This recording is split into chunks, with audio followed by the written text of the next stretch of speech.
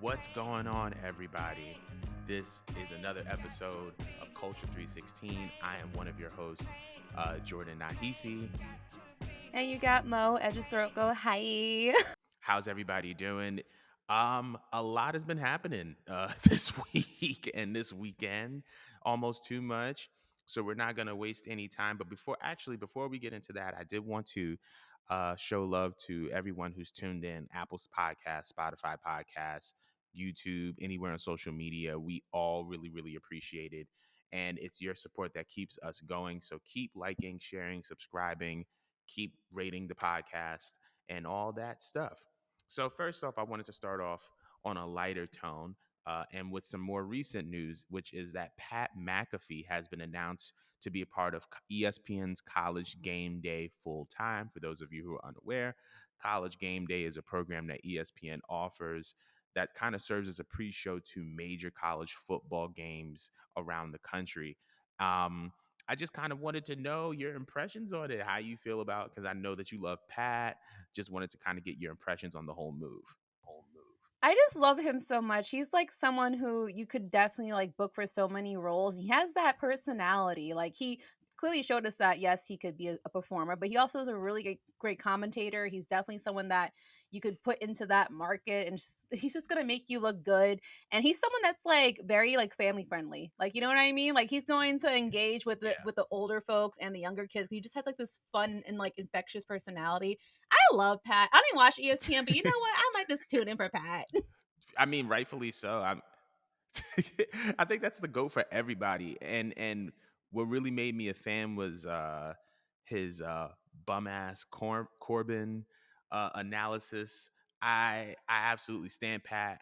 And that man is getting a couple bags at this point between being a talent at WWE, between the ESPN Game Day situation, plus he has his own podcast. So my bro Pat is out here getting to a bag. So much love to him. We just had to get that out the way because that's our boy. We had to show love. But moving on to the next topic at hand, Triple H has been named the chief content officer of WWE. With his new promotion, Triple H will oversee live events, talent relations, talent development, and creative services. And the promotion came after a 15% spike in the ratings, as well as double the amount of social media engagement since he was promoted to head of creative.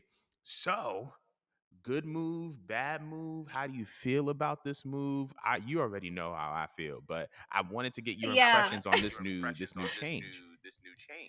Well, I kind of saw it coming Mm, just because it's something that everyone's been wanting for a while and I didn't really see Stephanie wanting to deal with this. Like yeah. I figured they gave her the title because it was an easier transition considering everything that's happened with Vince.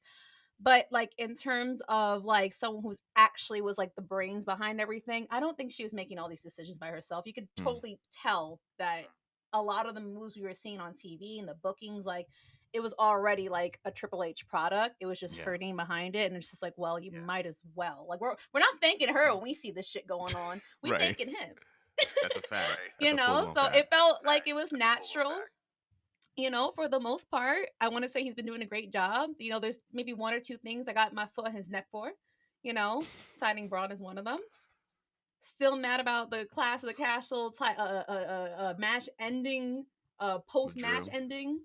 But other than that, he's been doing a great job. I'm super excited. I don't think anyone's more fit for this opportunity than Triple H, considering that he's someone who's been in the business, laced up a pair of boots. He's been part of so many things that happen in wrestling history. I mean, like he was part of the WCW wars, you know what I mean? Right. All the way up until what he did now, currently. And then he's also been, you know, associated with Stephanie, which means he's been closer to the McMahons, which means he's been picking up business mindsets and how you're supposed to book a show and, you know, how this company was truly built from the inside out. So I just feel like he's like, there's no one more perfect for this role than him. And he's definitely fit with the times, which is what I love about him. He definitely adjusts to the environment instead of, you know, having like a boomer like complex to how wrestling should be. You know, he definitely gets in with the times. You know, he's very open to picking up talent from different promotions. He's always keeping his eyes out everywhere. And Hmm. he's young, compared to Vince McMahon. We have like this old, demented 70, 80-year-old fuck. You know what I mean? you know, like something was. Something was going out. Right. It was a frayed wire and going on in there. But we Something got was someone missing. younger, fresh. Yeah, someone that is just ready, and I just feel like is built for this. So I mean, congratulations to Triple H. I was elated. I mean, honestly, like I'm still happy about it. Right. I I feel like this is one of those moves that just kind of needed to happen. I feel like it's interesting because the chief content officer wasn't a position that was known previously in WWE, at least until now. Like I've never heard of a chief content officer. You've heard executive producer, head of creative, but you never heard chief content officer. But one, I think that the title itself puts him kind of in the same conversation and level as a Stephanie and a Nick Khan because they're both co-CEOs. And just from a title perspective, like WWE is such a big company and they do so much that I feel like head of creative may have not encapsulated correctly everything that Hunter was doing. So I'm glad that they kind of gave him that title. I'm glad that they gave him that promotion. And oh yeah, and that money. I hope that they he's been getting his bag. He's been ever since he's been back from his health scare. That man has been putting in all the work, and he deserves all the money. Um, I think that it's about damn time. And I think that this is a great move for him. I think that this is something that can also be a morale boost to the locker room because now you have an executive like Triple H who has developed so many good personal relationships with a lot of the talent, whether it's people he brought in from the indies or people that he helped grow and mentor through NXT. Um, has he made a couple decisions that I'm like, but like not everybody's gonna make all the right decisions, right? I think we need to give our mans a little bit of grace. But I think that this is well overdue and I think that he 100% deserves it. I'm interested to kind of see who he employs kind of under his leadership because he reports to Tony Khan, but that means who's going to report to him. I feel like Shawn Michaels is going to be one of those people. I feel like Road Dogg is going to be another one of those people.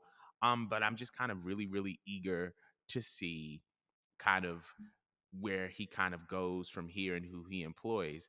This is a sidebar question. Do you think that this promotion and this position, do you think that this contributes to a Triple H being the GOAT conversation? Oh hell yeah, hell Mm, fucking yeah! Like I mean, you could sit here and hate on his cerebral assassin era, but like post cerebral assassin era Triple H, he definitely has made like such a big comeback and made so many contributions to wrestling in general. It's very hard to hate this man. You very know what I true. mean? There's not too many people that dislike Triple H for good reason, I should say. Mm, You know what I mean? He definitely has worked hard to rewrite his wrongs. hmm. And like I said, I'm happy. I have like zero complaints. I feel like the company could only go up from here. Of course, he has a lot of a lot of work to clean up, a big mess to clean up, I should say. But it's getting done. It will get done. Kind of makes me wish that this decision was made a couple years ago when wrestling was falling flat for the past 3-ish years. Yeah, yeah, You know, absolutely. but I'm happy. Like I'm so happy that this is going on. I, I I agree with that for sure. I think that this contributes to the GOAT conversation. And even in his cerebral assassin era, even in his era of wrongs, he was still doing right. Like bro gave us Randy Orton. Bro gave us Batista. Bro gave us a revitalized Ric Flair. Bro gave Shawn Michaels one of the best rivalries of Shawn Michaels' career. And considering how prestigious and illustrious his career has been, the fact that Shawn was one of Hunter's best rivals and Hunter kind of gave new life to him after he came back in '02, I think says a lot about Hunter and his work ethic and his ability to kind of elevate the things around him. So even in his era of wrongs, bro was still doing right. Um, but yeah, I think this definitely contributes to the GOAT conversation because when you think about the guys that are held in high revere and high esteem in our business, in this business, Austin, Rock. Terry, because I'm not calling him Hogan, Cena, um, like all these guys. Like I think Cena has had a run for 20 years. Hunter's had a run for nearly 30. In every phase of the business, when we're talking about from being, being somebody's sidekick to being in his prime, to building factions to being an executive. He's literally covered all the bases of everything a pro wrestler wants to be. I think in this business, multiple time world champion, first ballot Hall of Famer, not one, not two, but three Hall of Fame worthy factions, Evolution DX, uh, what was it? Best for Business, whatever it was called, because he gave us Seth Rollins. But I think that this definitely puts Hunter in, I think, top two or top three greatest of all time, in my opinion. Um, Yeah, he doesn't really get his flowers when you think about it. But he again, I doesn't. think it's because a lot of people are stuck on what he did when he was younger. That Mm-hmm. they're afraid to credit him. And yeah, he held the world heavyweight championship a lot, but it's weird because I feel like a lot of people still don't really mention him when they like think about that title or that whole era. Like, Mm-hmm. you hear people like Cena or you hear like Batista, even though Batista really wasn't there for that long. Yeah. It's kind of interesting with the way people treat Triple H because it's rare for me as a fan when I ask someone, "Oh, who's your favorite wrestler?" Like it's rare that I ever hear Triple H. I probably know one whole person out of all the fans I know that says, "Yeah, Triple H is like my guy." You know what I mean? Yeah. Oh, we got one. We got two That now. was me. That's me. Yeah. I'm one of them. Damn, that's crazy. It's insane. But when I hear the arguments, it makes sense. But I don't think any other fan thinks about it. Mm, Like he really is like the workhorse of WWE, like he's like absolutely. the underdog. Even Absolutely. though like he's always been there and he's always been around. It just for some reason never like clicked in my head that like, yo, he literally is that guy. Like he's impressive. Through and through and through. And we want to know y'all opinions on my guy Hunter. Is he the GOAT? Does this position and promotion make him the GOAT? How do you guys feel about this promotion and position? But we're gonna be moving the hell on. And speaking of the click, our guy Kevin Nash has partnered with Michigan-based company Hyman to produce his own strand of marijuana, Jackknife. Um, I wanted to know, he not a lot of information has been out yet, but wanted to know, why do you think Kevin kind of got into this venture in the first place? And what are your kind of first take impressions on him getting into recreational marijuana? Well, first and foremost, I'm like not someone that frequently smokes marijuana, but from what I understand, it has a lot of benefits. Hmm. And I knew like he grew up in an era where a lot of wrestlers were injecting themselves, taking pills, excessively drinking and all that stuff. And because of all that stuff on top of what they do for their job, it definitely has caught up to them to the point where they are dropping life flies at an earlier age than what they should have been. And I know that's really hard and probably very traumatic for someone Hmm. like Kevin Nash who keeps up with himself to watch all your friends and your colleagues that you grew up with to literally like succumb to habits from the past. Yeah. You know what I mean? Because when you read about the cause of death, it's like straightforward things like a heart attack or like an overdose here or just it's something where it could have been prevented. So I do feel as though maybe, just maybe, he's going in this direction because he's trying to promote maybe something else that would help out um, wrestlers because they put a lot of stress on their bodies between what they do physically. They don't really rest. They're underneath a lot of pressure to be ready at all times. Like I completely understand why a lot of wrestlers turn to vices. Hmm. So I think he's trying to promote, as an old timer, a different vice for maybe since he couldn't save his current generation, maybe the generations that are coming after that, all right, maybe you could take this substance and you could still be healthy and you could still like give your all to the sport, because I feel like Yeah. maybe he is like concerned for you get what I'm getting at with I know this, what you mean. right? I know what you mean. I know what you mean. but I agree. I agree. I think that this venture is kind of like not him righting anybody's wrong per se, but I think it's promoting an alternative method of healing. Like you said, wrestlers, especially guys in WWE, are on the road 300 days a year. They're constantly putting pressure on their body, constantly under stress. And it's very easy to turn to pills. You know what I mean?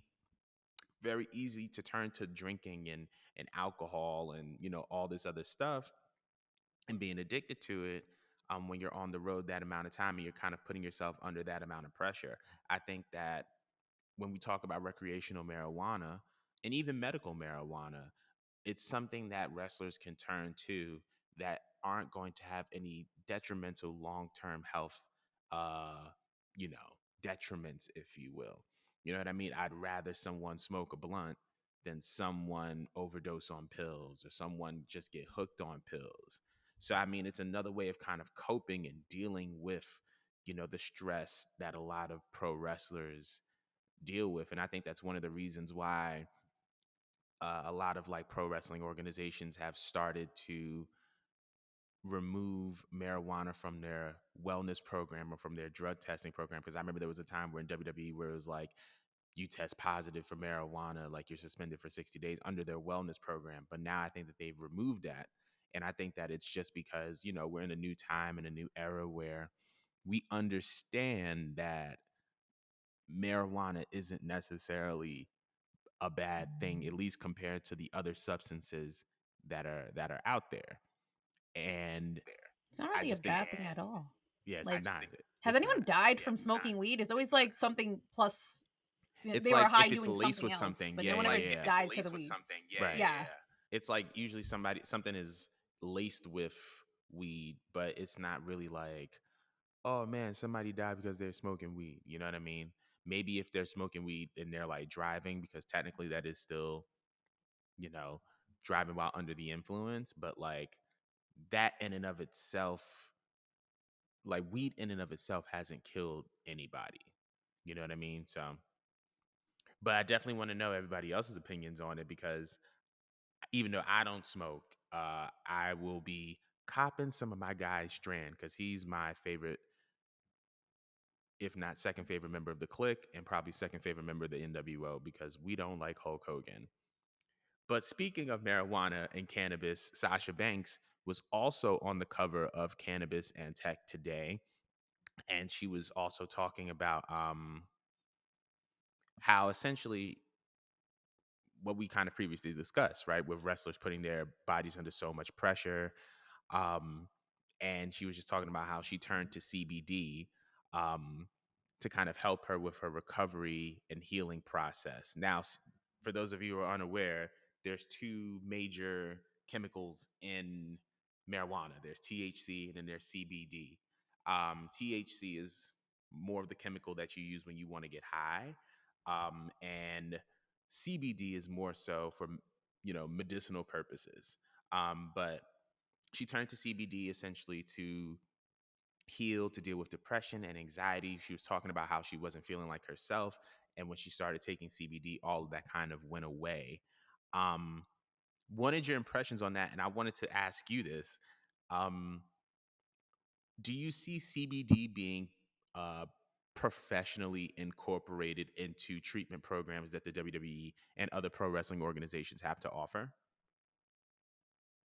Well, to answer, I guess your first question, in response to Sasha, promoting and having like her own CBD thing going on.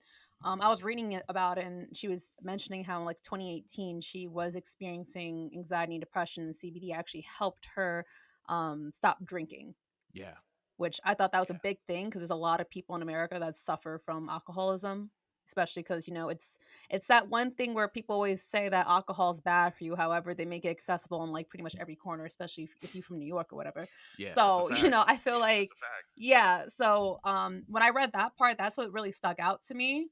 Um, not just for athletes, but just in general, how it could be used again as a different vice rather than excessively drinking and throwing away your liver and your overall health and stuff like that. So good for her, by the way. Good for Miss Mercedes that she found something that was healthier.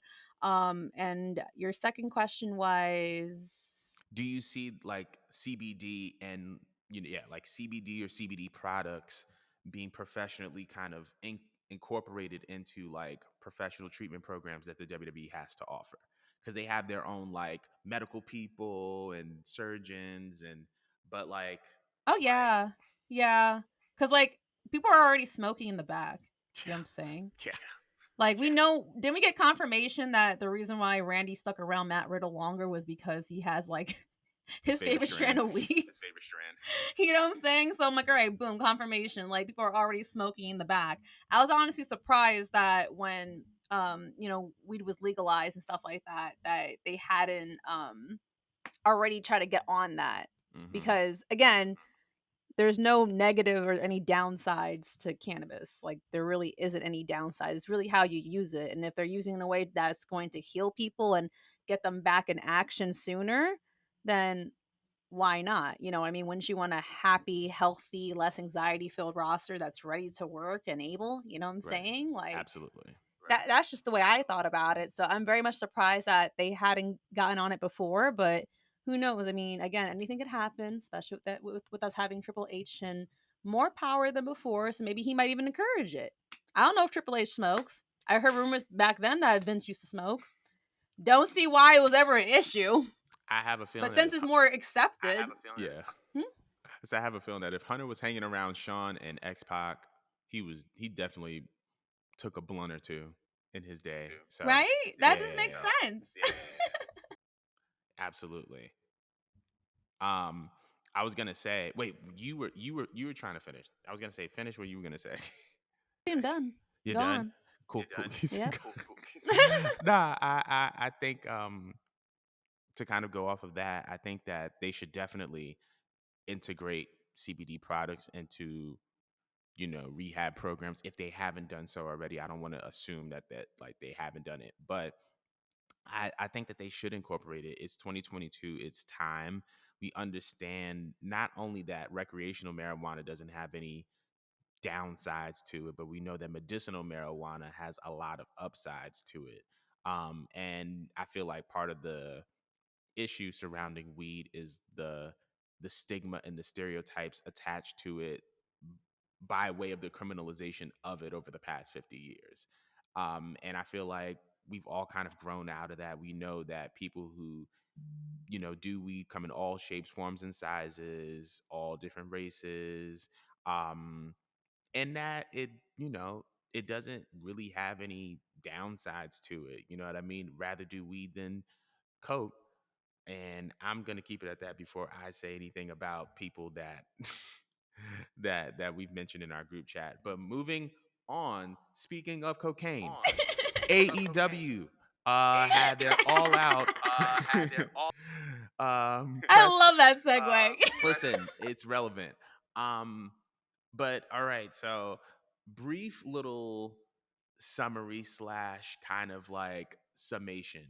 This past Sunday, AEW, literally as we were doing our live stream, which if you haven't checked it out, you should. It's available for replay. It's available wherever podcasts can be streamed. But AEW was having their all out press conference, their media scrum, which they do after every pay per view. But this one was a little bit more tangy than other ones in the past because CM Punk decided to use this platform to kind of air his grievances on rumors surrounding Cole Cabana, his behind the scenes issues with Hangman Adam Page, as well as the Young Bucks. Now, we were kind of talking about this before the show, but there's like a whole timeline. So, Mo, did you want to go through the timeline or did you want me to go through the timeline? Because it's a I lot. guess we could kind of both. It's all over the place, and I'm still piecing it together Right. because, I mean, I'm pretty sure you all watched the clip, and I had to watch it several times because at first, when I first listened to it, I thought the interviewer provoked Punk to talk about Colt Cabana, Mm-hmm. but he just triggered himself. He just decided he's going to take this.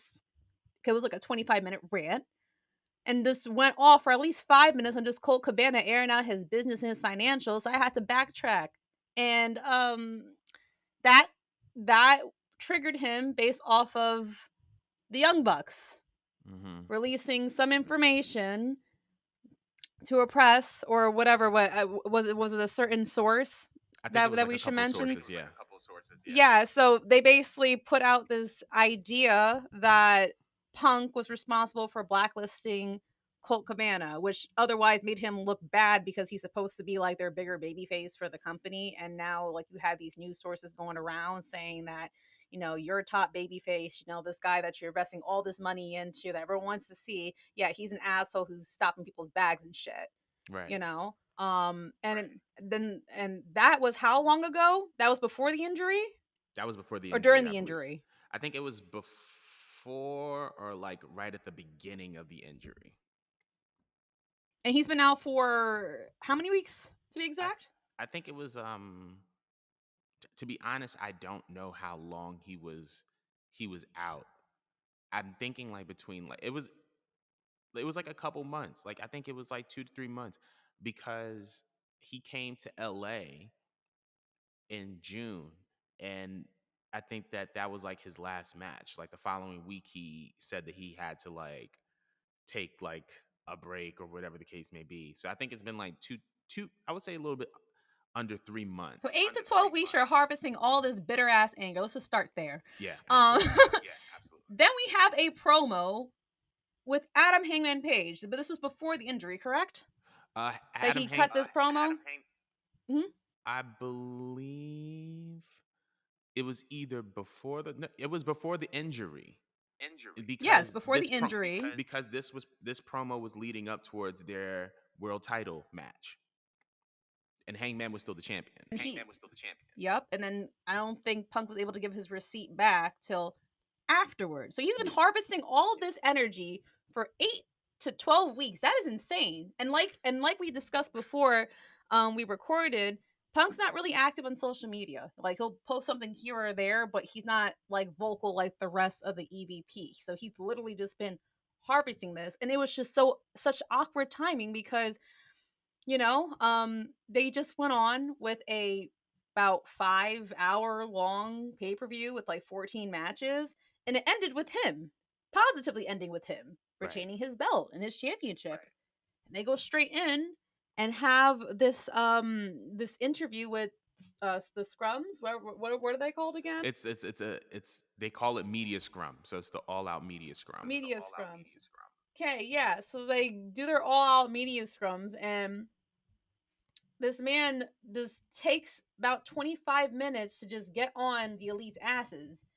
Does I can't remember what was the question that the interviewer has asked, but it turned into, "Are you friends with Colt Cabana?" And then dragging Colt Cabana, um, talking about this man's financials, how his bank account's attached to his mother's, how he helped pay for all his fucking bills until he didn't want to pay for his bills anymore, and he didn't even want to answer this question or spill any tea until he got confirmation from the reporter that they're not friends, because that's how much he strongly dislikes this man. And this somehow also segue with him into him, whatchamacallit, it segue into him dragging Adam Hangman Page, which when I listened to the interview again, it almost didn't make any sense because it sounded like he was upset with him because he didn't want to take some of his veteran advice, which was kind of strange to me. Um, I don't have it word from word. I wish I had the script in front of me, but he was upset that he wasn't willing to take any of his veteran advice, and he was willing to make mistakes on his own. Mm-hmm. And that they cut a promo, and he said some things that he didn't like, and I rather than taking it up with him again, he waited to till they got to this media scrums, and it just threw me off because again, doesn't AEW have meetings before their shows? Don't they have like they gather up the crew? Yeah. Correct. So you mean to tell me everyone's been sitting in a room just hot and heavy, just and angry, and you want to wait till right after the show to take everything and then make it about you and take away everyone else's moment and make it about you? It was so strange and it was so bizarre. Feel free to chime in and cut me off because I'll just keep going about I this was gonna one. say And we're just breaking it I down. I didn't haven't got to eat his ass out. I didn't want to cut you off, but um yeah, like that's I think that's pretty accurate as to kind of the build up towards it. As far as like all of this kind of building up.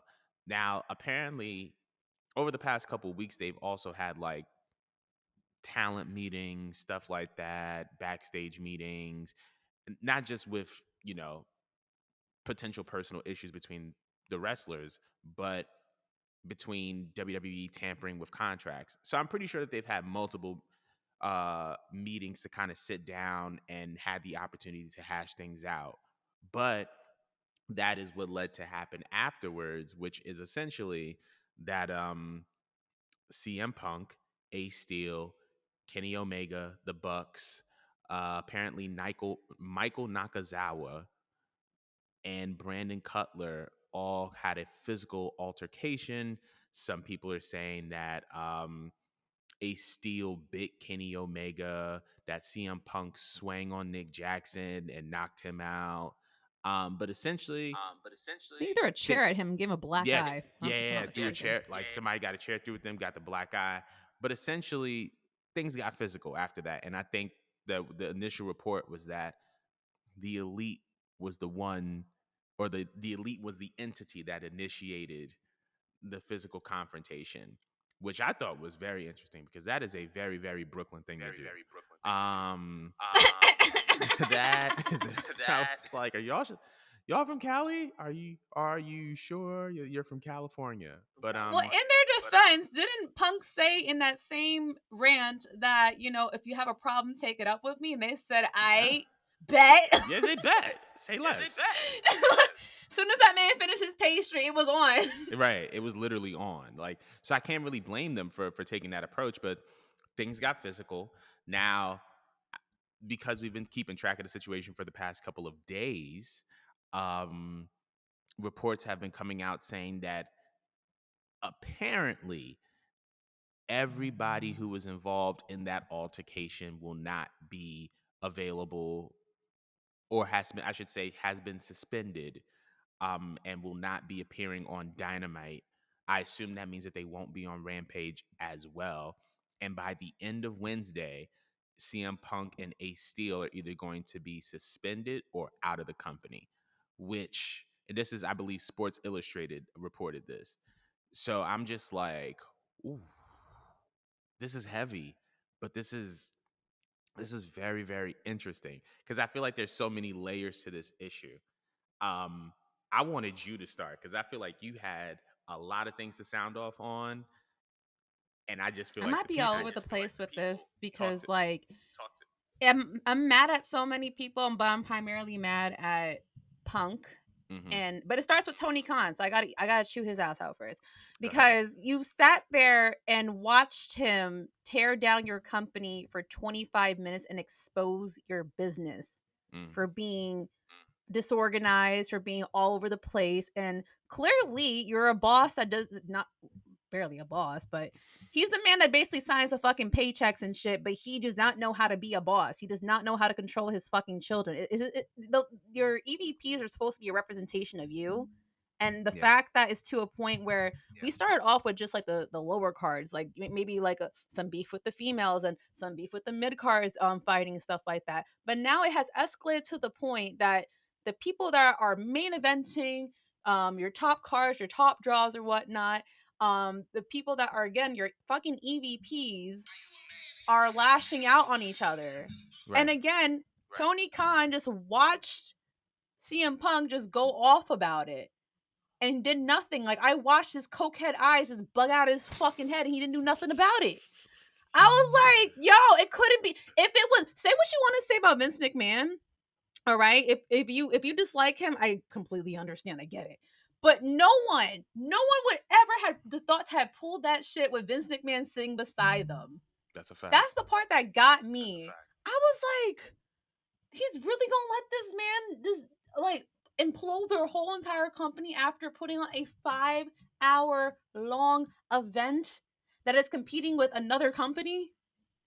Yeah. Like, do you think that's gonna make other people want to sign with your fucking company after Right. hearing all this fuckery going around?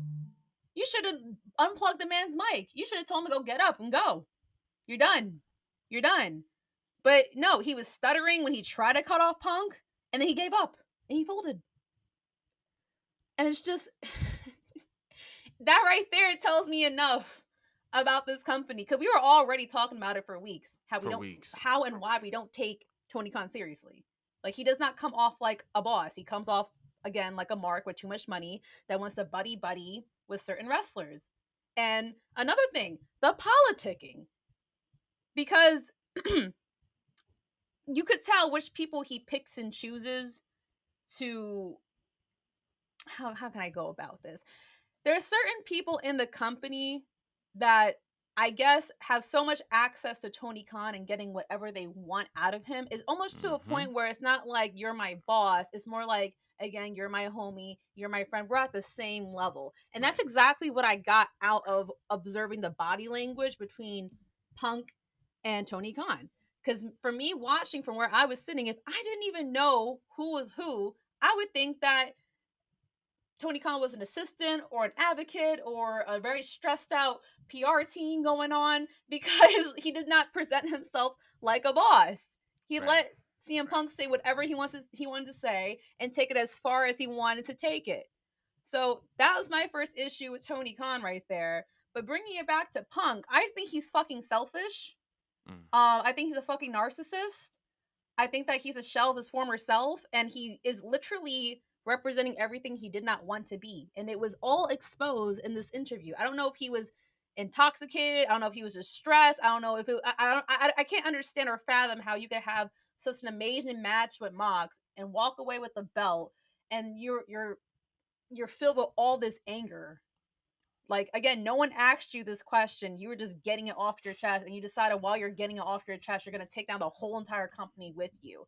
To me, I thought that was a fucked up move, because, there might have been way too many matches on that goddamn card, but you definitely took away what should have been a highlight or a celebration for people like Keith Lee and Swerve. They put on one of their best fucking tag team matches that they did all year. The ladies definitely showed out to make up for Thunder Rosa being unable to defend her championship title. So, we should have been talking about Tony Storm. The biggest talk that should have been the whole entire motherfucking night should have been MJF. MJF's return. And I felt so bad for this man. I feel so fucking bad, because it's just like this whole buildup of everyone wondering what's happened to MJF. Is he gonna go to WWE? Is he gonna stay in AEW? What happens to MJF? You know what I mean? For him to come back in such an iconic way, bro, with the whole Joker mask or whatnot, and giving people the finger, and then just popping out the end with the voice note and all that stuff. Like, that should have been a moment. We should have been talking about this shit all week and wondering, oh my gosh, what's going to happen for Dynamite? What's going to happen for Dynamite? But no, for the last 48 hours, it's been nothing but being consumed with this EVP versus Punk drama and who's getting suspended and what, And it's not just CM Punk to blame, it's fucking Tony Khan. Because if he had more rules and regulations like we discussed last week, was it even last week? I don't know. We've been I recording think for it too was long. either last week or the week before. We've been talking about this, how he literally needs to tighten up on his fucking kids and put down some ground rules, because if he had that to begin with, this shit wouldn't have happened. Very true. They know that they could run over him. He's a fucking doormat. He doesn't know how to be a fucking boss. I'm sorry I'm swearing, because this is supposed to go on YouTube. And I just thought about it. Well, it looks I'm like sorry. this video won't be made for kids, so I'll put that I'm in so the description. sorry. I'm so sorry that I'm swearing left and right. It's just that I'm angry for the talent. I'm angry for everyone else involved that's doing their job and doing everything right. And then you just have, again, someone who doesn't know how to lead a company, who enabled all these narcissists that we have in the room here. And then someone like Punk, where it's just like, you're a veteran. You want people to take advice from you? And look at the shit that you're pulling. Literally having a company that is working very hard. They definitely stuck their neck out for you, putting you in this position to carry a world title, strapping the rocket to you, and this is how you get back to them because you're mad about one article. Come on now, grow up. This is something we would expect out of the rookies. You've grown. He's in his fucking 40s.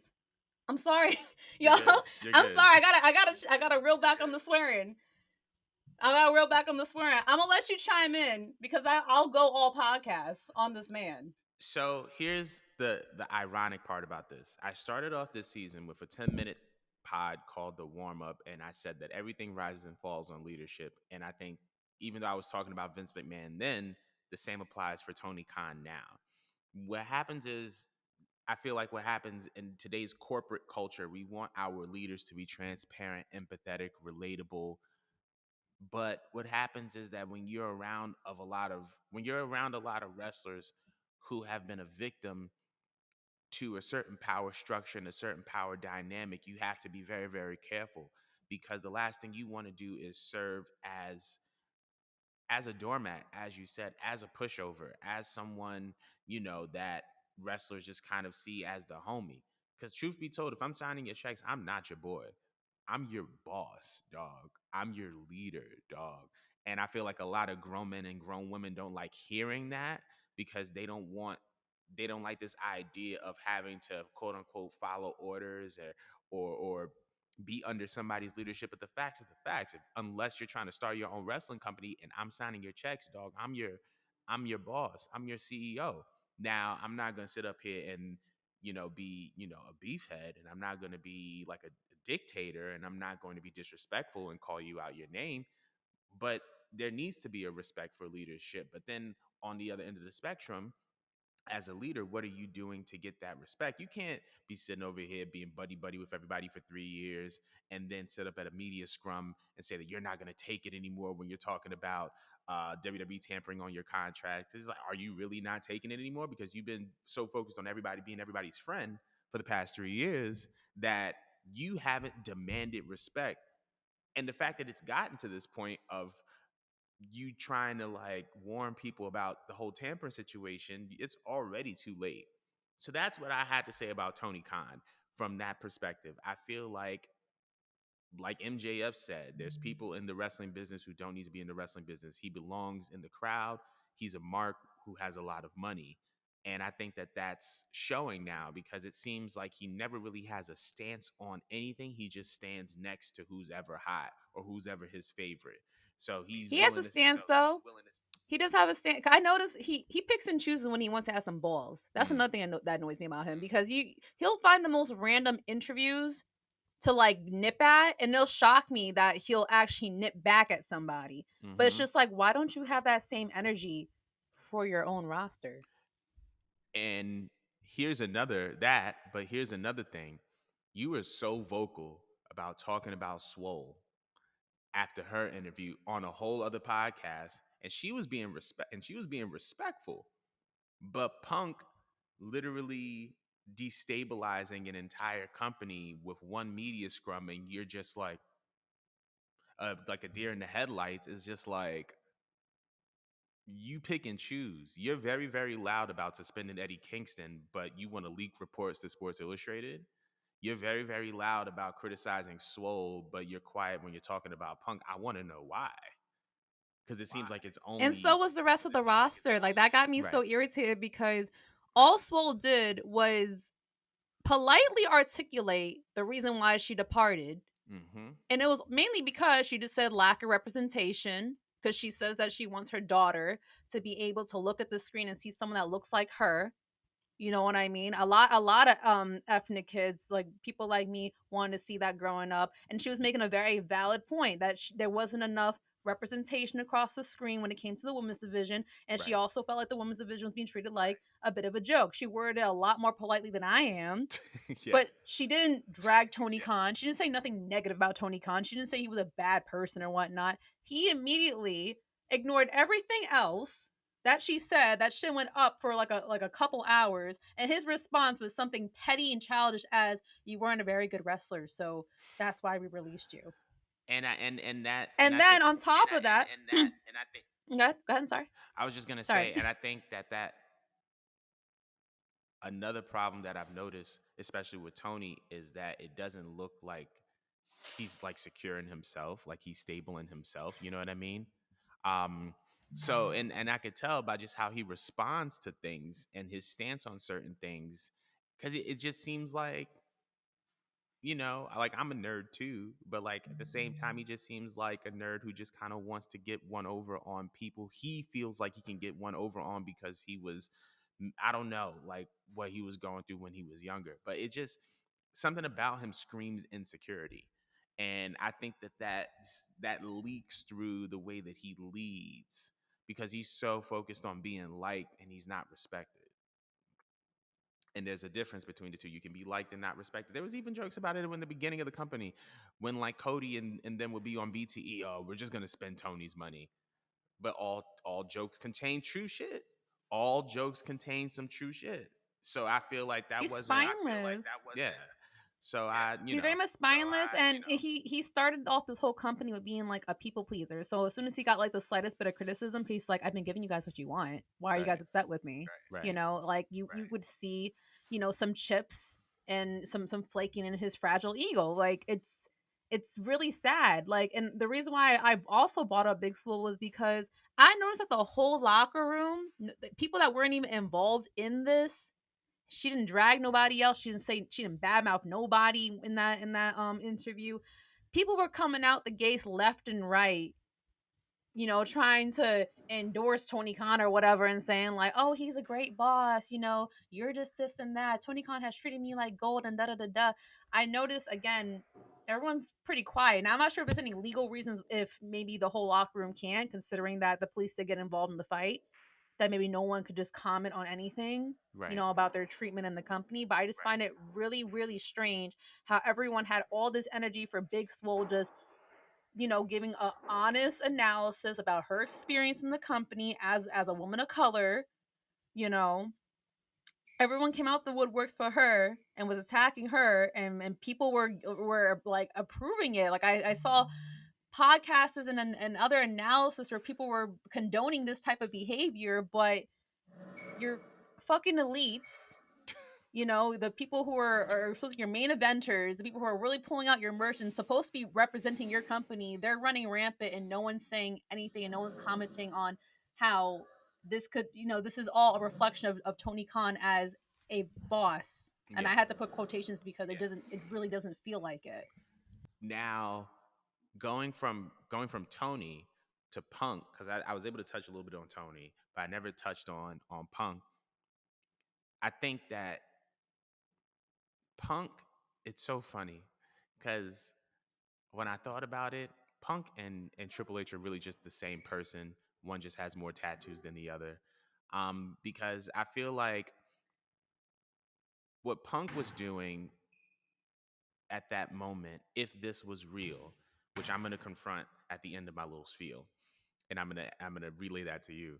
But I think that if Punk was for real and he was shooting the way that he was shooting, number one, this idea of like veterans telling young guys to take their advice is not something that's a new idea.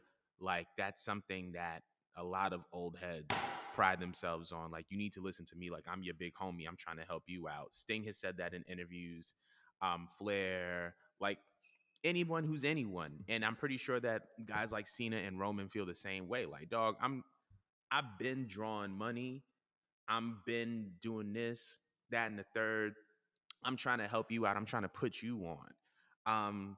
And even down to like FTR hopped on the podcast and was talking about Punk because, there were reports about Punk coming out being like standoffish and like a diva, whatever the case may be. And he was just like, well, this man has been inviting people into his locker room and saying, yo, I want to critique your match. Like watching people's matches and giving them feedback on it and trying to help out some of the younger guys like Powerhouse Hobbs and stuff like that and guys like that.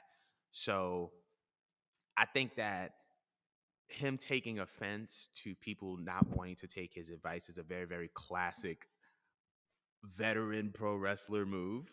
Do I think that it's the right thing? No. But I also think that I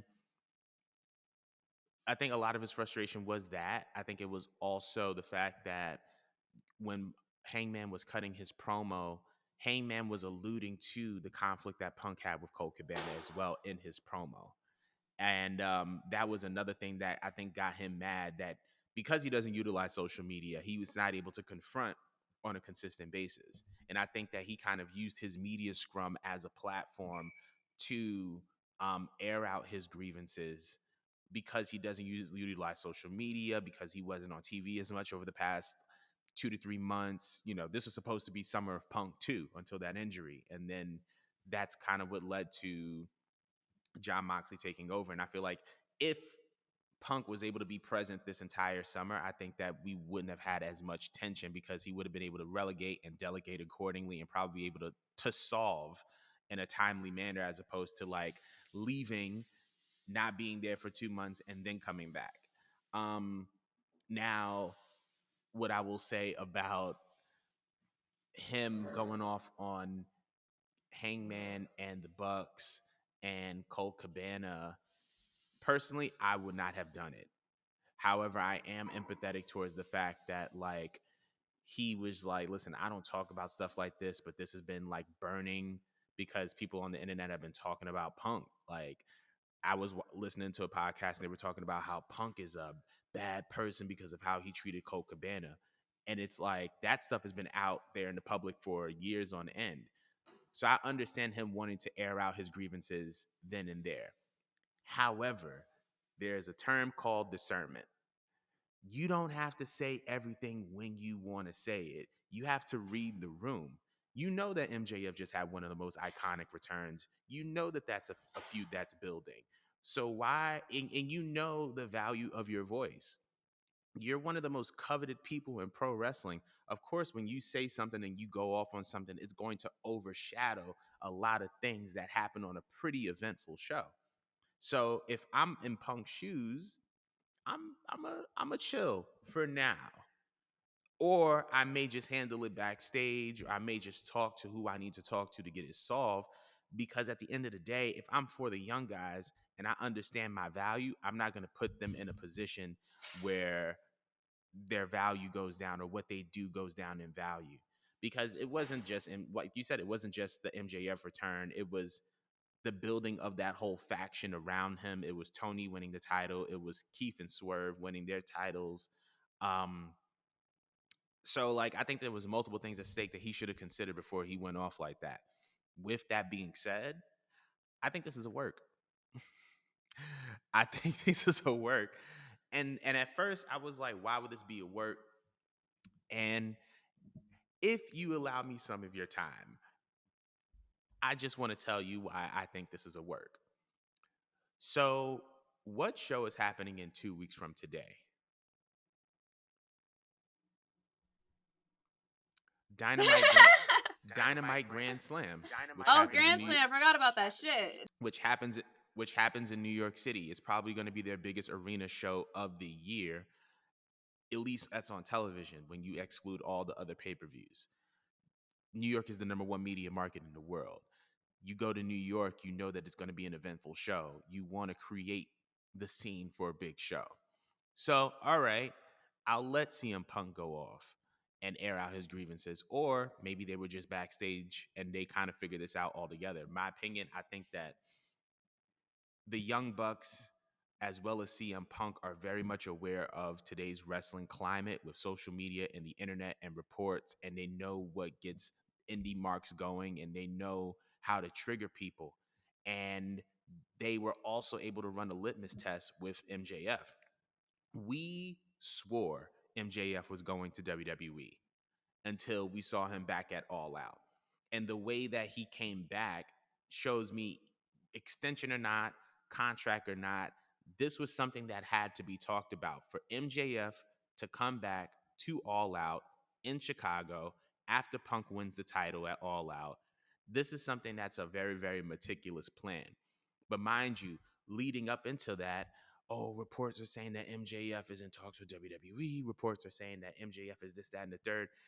Everybody, or at least a good amount of people, weren't even expecting an MJF return because of what the reports were saying, because of what sources were saying. They were able to kind of see that and assess that in real time and be able to say, okay, well, we see that this works. We can apply this method to other things. Also, when we just look at that weekend of wrestling, if we're being honest, All Out was not the most talked about event of the weekend. And so I feel like this is a good way to generate buzz because, like you said, it was a 5 hour pay per view and people were tuned out and not necessarily engaged uh, towards the end of the pay per view because it was so long. How do you keep people engaged? You create a moment.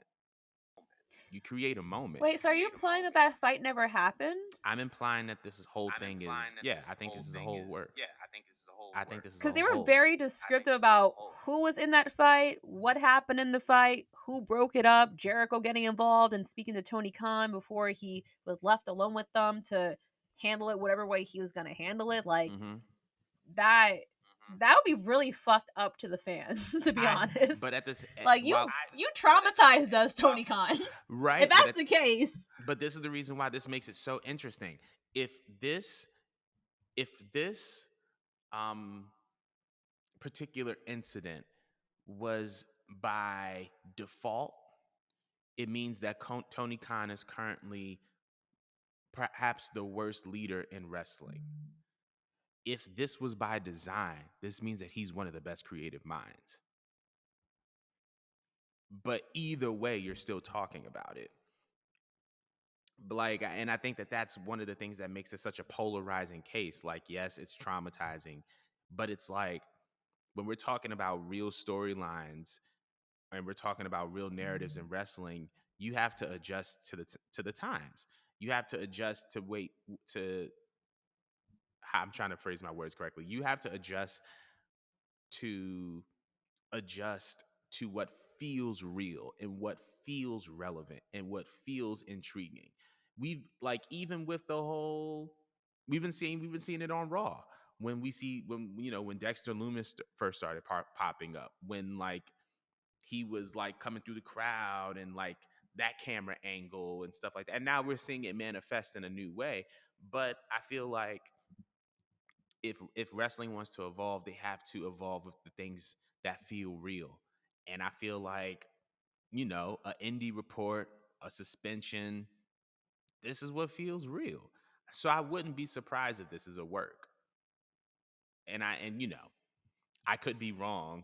I'm just saying I just feel like it's a But if work. it's not, what happens if it's not? Like, how do we move forward? Like, we literally, like, from what the other reports they were saying that um everyone that was involved in that whole entire fight, um several of them got suspended and some of them were removed. We don't know which names were removed quite yet, but it's just like, what do you do moving forward? Like, we just crowned a champion last pay-per-view and Mm-hmm. poof, we like that belt's vacated, and we're also wondering what happens with MJF. Like, Right.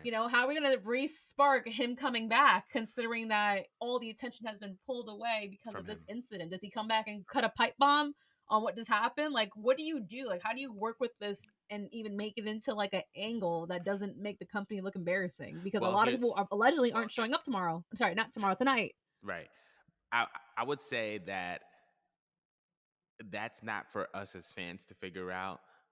I think that's for the executives at AEW to to figure out, because I feel like this is ultimately going to be the test of Tony Khan's leadership. This whole past 3 years, we want to change the world of pro wrestling, forbidden door this, diversity that. That it's cute to be diverse when you have a black woman as your CBO. You don't have that anymore. It's cute to have the forbidden door. Listen, you don't have Oh, that was Brandy petty. is out of there. Brandy had her baby that cured racism, and she got up out of there. You don't have Brandy as your CBO anymore.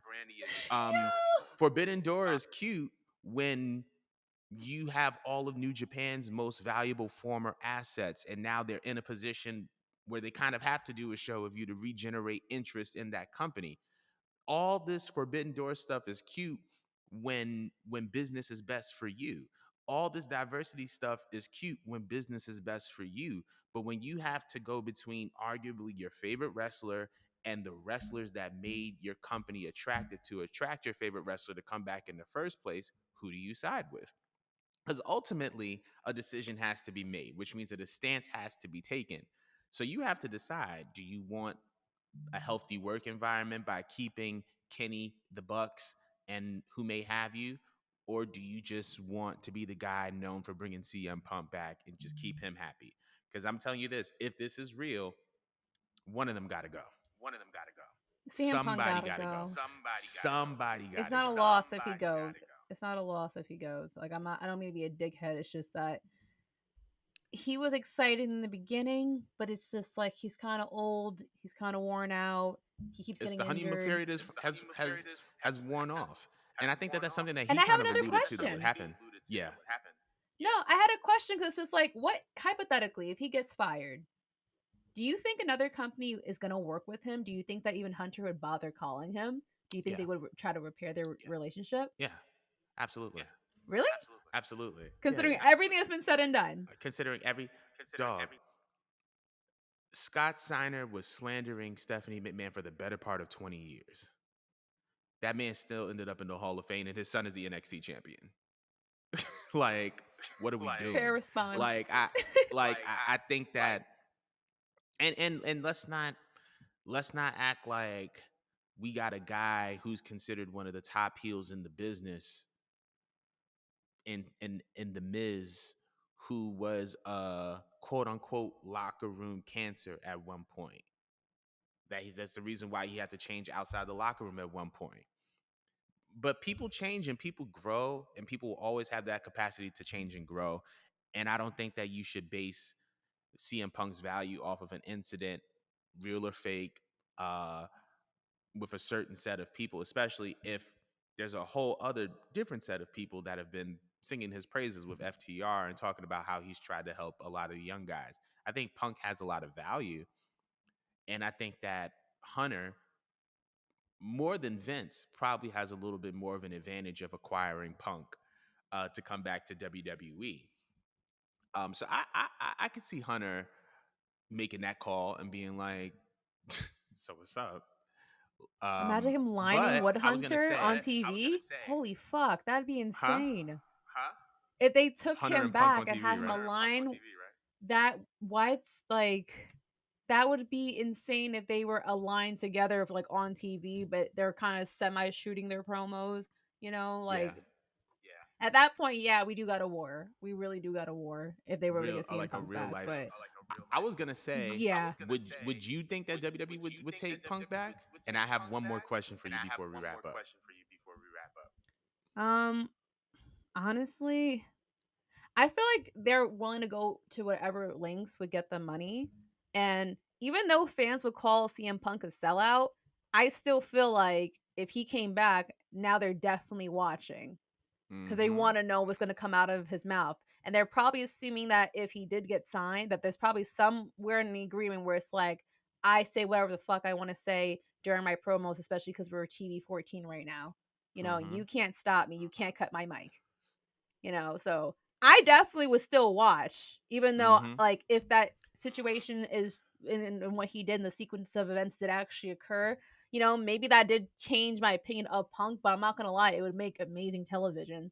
I don't put it past Hunter to do what it takes to put on like a good show and get some ratings. Right. So that's my take. But what was your last question? Now, my last question is this: you're Tony Khan. You have to make a decision. Are you keeping Punk or the Bucks, or I should say, Punk or the Elite? I keep the elite. I feel like they have given more to the company than Punk has. It's not even that I dislike CM Punk as a person. I just feel like if he would have came back sooner into the business when he was closer to his prime, we could have got a lot more out of Mm-hmm. him. But Yeah. I feel like the demeanor I got from watching that interview and he was talking about how he's old, he's tired, he's this and that. And again, you saw those promo comparisons that was put up on Twitter and all over social media when they're talking about his energy from a year ago versus now. It kind of just sounds like, he had his run and he's kind of exhausted. You know what I mean? So it's like, do you get longevity if you kept him around? If this is how he's acting after a year, and insinuating that yes, like this was true and everything that was alleged actually happened.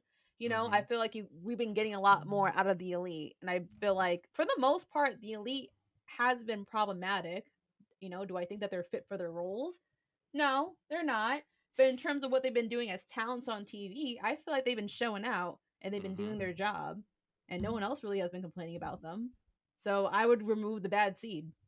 Yeah. That's just me. I I agree with that. I think that the elite are definitely the faction that you want to keep. Punk, I feel like is has a lot of value. I think he's a great wrestler. I think that his run over the past year has been very much a nostalgia act, which is the reason why I have a feeling that this is a work, because this is something to keep his interest beyond the honeymoon period that he's been experiencing. But if this is real, I think that I would just keep the elite. The elite have you can't have all elite wrestling without the elite. I feel like Cody having a legitimate departure to WWE was already enough of a red flag, and you don't want to lose the whole gang, because you know that if Cody is out of there and the Bucks and Kenny leave, Hunter is following up with the best looking contract that he can put together and the best looking package that he could put together. And I don't want that. I feel like I would get more out of Kenny Omega, who by the way is creating the AEW video game. Um, Oh, that's a fact. I keep forgetting that they're having that come out. Like that's a, yeah, what the do you, what fight would you do? fight. Isn't him and Adam Cole also? Yeah, they're both I working think on they're. I that, think or they're. they Well, both had they have. involvement in that. They have like a whole crew of like people kind of like putting and piecing that together. Um, but I Oh, what? Then what do you do? Did you have to scrap the whole game? Yeah, exactly. And we're not trying to do that because they just already spent a bunch of money on it. So I would keep Kenny in the elite. I would keep the Kenny in the elite. I feel like there's more matchups available for them and more opportunity for them. And I feel like they're what makes the company more attractive to other wrestlers to come over. Also, not to mention that Malachi Black is taking a leave of absence. We don't know if that's tied to his role in AEW or his mental health. Apparently, it's because of his mental health. Sending love and light his way. I hope you get better and recover and know that you're not alone if you're even watching this. Um, but yeah, I feel like you retain the elite. I think that should be the priority over everything. Also, I want to leave the show on this cliffhanger because your facial reactions be funny as hell. What if this was all a scheme for us to not even be thinking about the undisputed elite? Because who's talking about Adam Cole right now? And we're going to end on that note. Thank you guys so much for tuning into Culture 316. And we'll see you guys next week. Bye.